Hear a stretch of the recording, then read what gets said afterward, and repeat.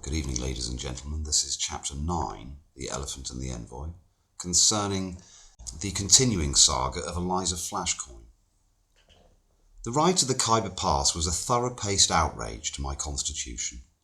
I was currently perched atop a speeding elephant, a beast with the cow-handed gait of a galumpus and a trunk that exhibited a most namby-pamby disregard for my ostrich feathers.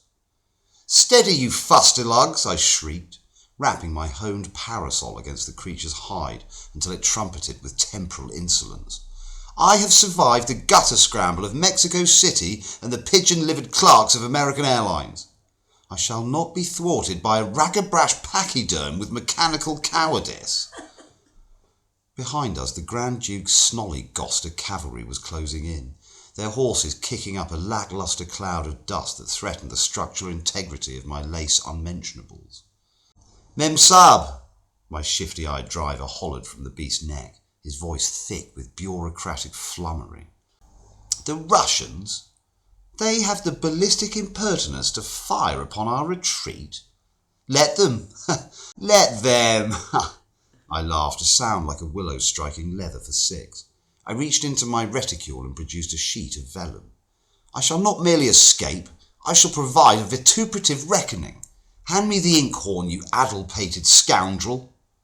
While the elephant thundered toward the frontier, I began to draft my triumphant dispatch to MI5. It was a masterpiece of magnificent grit. To Sir Peregrine Vane, the service. Subject, the expropriation of the emeralds and the ruin of the bear. "Sir, I have successfully bypassed the hornswaggler sentries of Galcote and relieved the Grand Duke of his illegal loitering jewels.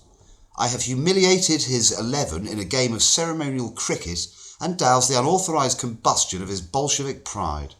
If the Emir's camels dare to show obstructionist tendencies at the border, I shall have the very desert served with a writ of nuisance. The emeralds are secured, the vodka was bilge water. I expect a bottle of sovereign chilled gin and a private rail car to be waiting at Peshawar, or I shall hold the entire Raj liable for atmospheric treason. Your bloodthirsty and fully recompensed agent, Eliza Flashcoin." As I finished the last flourish of my nib, we burst through the final pass. The British border guards stood there like startled sheep, watching as a woman in torn nouch silks steered a charging elephant through their peasant-grade checkpoint. "Out of the way, you whiffle-waffle gate-watchers," I commanded, brandishing my sharpened weapon. "I have a war to conclude and a sturdy backbone to rest. And if the tea at the barracks isn't exquisite, I shall have the Colonel's mahogany desk seized and before the moon rises." The bear had been beaten, and as I took a celebratory sip of the Duke's stolen scotch, I knew the chronicles of my escapades were only just beginning. Chapter 10. Moving on smoothly now to Chapter 10, the Envoy's Return and the Equerry's Insolence.